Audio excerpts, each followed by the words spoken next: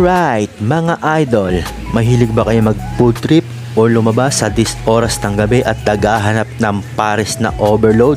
So dito lang yan mga idol sa Brent Pares Putok Batok Overload. Marami po silang menu rito mga idol, so bahala na kayo. So ito yung order ko, tingnan nyo, sabaw pa lang, napaka solid na, may kasama pang bagnet yan mga idol. Tapos yung rice, tamang tama lang oh. So tara, kain tayo mga idol.